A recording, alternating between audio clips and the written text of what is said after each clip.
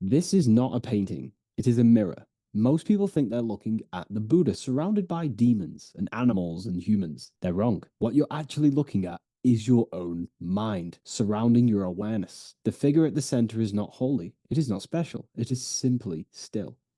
That stillness is the part of you that gets hijacked every single day.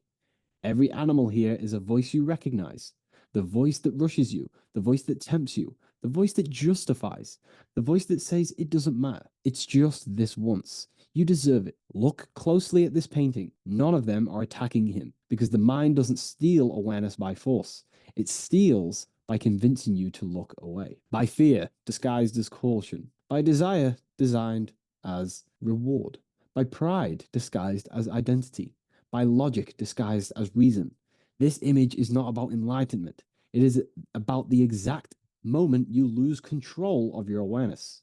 You live inside this painting, and until you see which animal is speaking, you will keep mistaking the noise for yourself. This is a very interesting lecture we're going to go into today of how the ancients were so intelligent to encode internal wisdom of the human mind and consciousness in artwork. So, welcome to Revival of Symbolism. My name is Harry B. Joseph, also known as Revival of Wisdom, and we're going to be breaking this down today. So, get a pen and paper because we're about to go deep. Okay, we're about to go deep.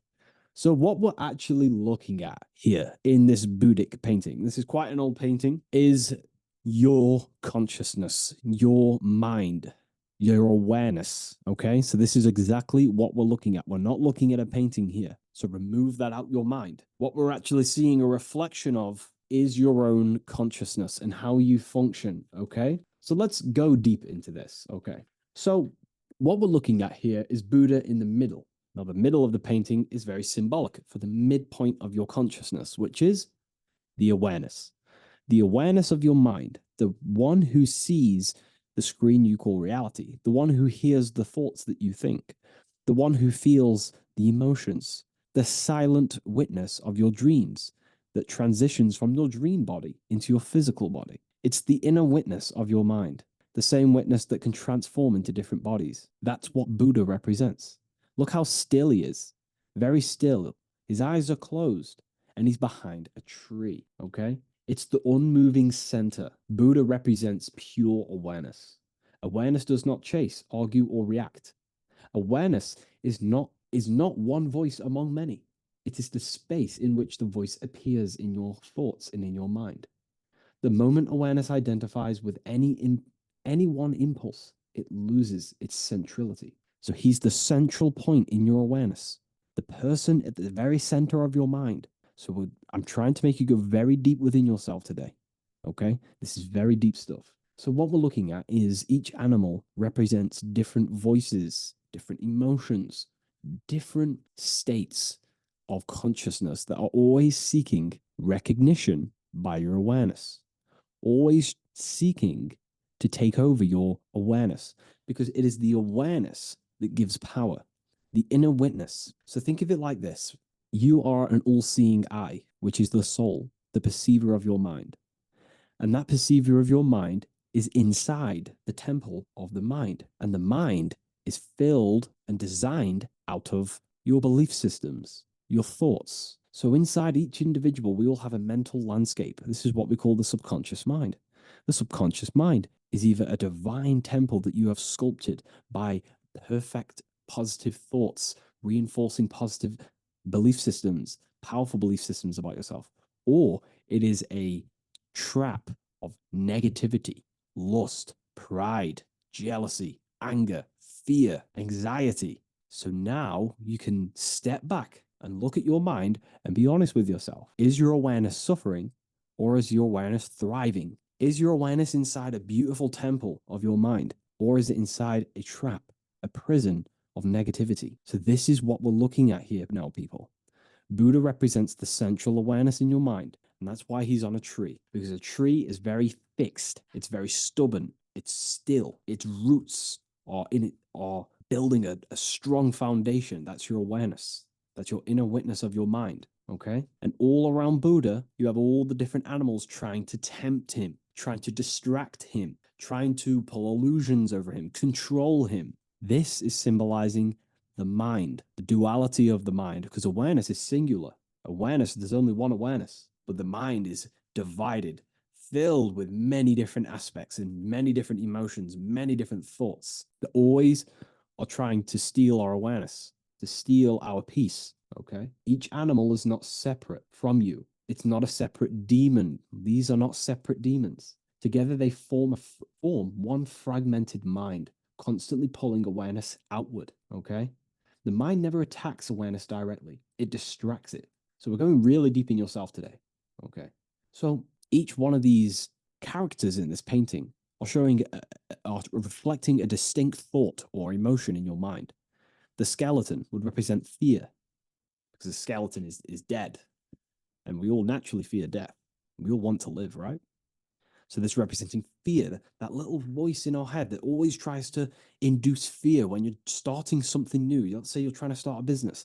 There's always a little voice that pops up in your head trying to steal your awareness, steal your mind, that says you can't do this or you fear this. Then we have the lion, the ego, or this is a half man, half lion. It represents the ego, it's the lower mind. So this ego is always trying to keep you stuck in safety. The ego always seeks safety. This is why people who are ignorant and they don't want to go into spirituality, because they can't take accountability. Their ego gets in the way. Their ego says, I don't need to better myself. I already know everything in the universe. I don't need to learn. I don't need to self-improve. I'm already perfect. That's the ego. The ego does not like confrontation, but awareness sits beyond it. So lions or tigers, they're known for their powerful egos. That's why he symbolizes the ego. The lion, in fact, is probably has the biggest ego out of all animals. It is afraid of nothing. Very, very powerful animals. Okay. So this is symbolizing the ego, the part of ourselves that clings on to the old, doesn't want transformation. It's very stubborn. Here you see this man's face. He represents anger, anger trying to take over. Okay. Anger. Very, very important. Hatred, irritation, moral outrage, need to correct others, internal self judgment. Okay. So these are all the different qualities of our mind that are trying to steal our awareness. These are different characters in ourselves. Going back to fear, fear of loss, fear of death, fear of, anything, anxiety, catastrophic thinking, fear-based thinking, operating from the survival brainstem, pride. We have pride here, thinking that you're better than someone, intellectual arrogance, that you're smarter than someone, identity attachments, the awakened one, the victim, the strong one, the rich one. That's pride. All aspects of our minds. Then you have jealousy. This guy's pointing at him laughing. The part of ourselves that becomes jealous of other people. And we all have to confront these things and starve them. And the way you starve them is by doing what Buddha does, closing your eyes and not giving it any power, any attention, any awareness. None of them are touching him. They're all trying to scare him. But a Buddha is sat in the middle. Nothing is bothering him. He's happy. He's bright. His eyes are closed and he's not letting anything take over his awareness in his mind. Because the moment you let these things take over you is the moment you lose control of your mind and your thoughts. And what we think about most is what we become and what we create in our reality. We are a result of our thoughts. Every thought you thought in the past has led you to this very point in your life. You change your thoughts, you change your reality. So these are symbolic. This is why there's an ocean around him. The ocean is what? Chaos. The ocean symbolizes chaos. There's no order in an ocean.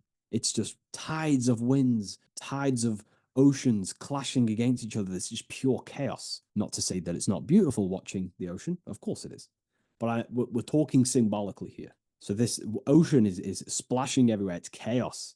So these represent the different winds, the different waves of thoughts, the different waves of emotions that are always trying to take control of our awareness. Okay? Stubbornness, stubborn attachments, resistance to letting go, root desire, domination, aggression without clarity, raw instinct, untrained energy. Power without awareness becomes compulsion. That's the stubbornness. So you see this guy here, he's hating. He hates him. He's throwing fire at him, producing aggression towards him. He hates. So this is all symbolic of these different aspects of our mind. But the key is to understand awareness does not fight back. Awareness does not defeat the mind by force, it defeats by non identification. The animals lose power the moment they are seen clearly. The mind needs participation, the awareness needs nothing. Look at Buddha, he does not need anything. Okay? You might need to rewatch this again and again and again because the deeper you go into self awakening, the more you'll understand this. Every distraction is an attempt to steal awareness. Thoughts are not enemies, they are invitations. Freedom is choosing. Okay? So, like going back to that point at the beginning of this video of how our awareness or soul lives within the temple of our mind, and that temple is either a broken temple or a prison of negativity, or it's a positive divine temple filled with amazing thoughts and uplifting belief systems. Our mind is sculpted every time we think. We're carving our mind every single day. Everything you feed your mind through what you watch, what you listen to, what you say, what you act on, everything is carving out your mind. If you're watching negative films, if you're listening to negative music, you're carving the landscape of your subconscious mind, and your soul dwells in there, your awareness dwells in there, and he's the one who suffers. But if you're listening to positive music, saying positive words, not speaking any evil, not thinking any evil, you're going to build over time, brick by brick, day by day, a beautiful temple in your mind that your awareness can dwell in, and it will not suffer. And the reason why we need to do this is to work on ourselves, to restructure our mind and build a divine temple, is so our soul can fully express its force and power and love through the mind and then through the body. Because if the mind is filled with jealousy, pride, lust, stubbornness, anger, ego, fear, hate, then the soul cannot be fully expressed into the material world. It remains hidden behind the veil of the mind. But the soul is pure love. The soul is pure radiant force. It is the center of all, the soul force. So this is teaching us a great, great lesson today. Okay. This is giving a great, great lesson. It's powerful when you really start to look into the symbolism, and symbolism is so important to understand, people, because if I never told you this, most people would look at this painting and think that this was a real event.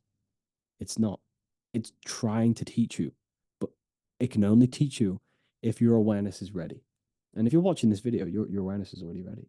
Snakes. I forgot to go over lust and the snake.